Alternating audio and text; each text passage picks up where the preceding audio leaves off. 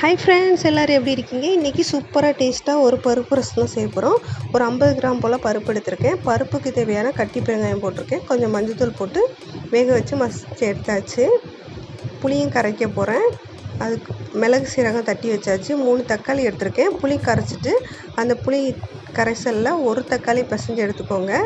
2 தக்காளி தனியாக பிசைஞ்சு வச்சுக்கோங்க. இப்போது நம்ம பருப்பு கரைஞ்சதில் அதையும் இந்த புளி கரைசலோடு ஊற்றிக்கலாம். இப்போ வாங்க தாளிச்சிக்கலாம். எண்ணெய் ஊற்றி கடுகு, காஞ்ச மிளகா, கருவேப்பிலை, மஞ்சத்தூள், அப்புறம் பெருங்காயத்தூள் எல்லாம் போட்டு நல்லா வதக்கிட்டு ஃபஸ்ட்டு தக்காளி போட்டுக்கோங்க. தக்காளி போட்டு ஒரு 2 நிமிஷம் வதங்கினதுக்கப்புறமா மிளகு சீரகம் தட்டினால அதை போட்டு ஒரு கிளறி விட்டுட்டு நம்ம இப்போ புளி கரைசல் ஊற்றிக்கலாம். பருப்பு ரசத்துக்கு ஒரு கொதி வரணும். ரசம் பருப்பு போட்டிருக்கோம்ல, அதனால் மேலே கொத்தமல்லி தூவியாச்சு.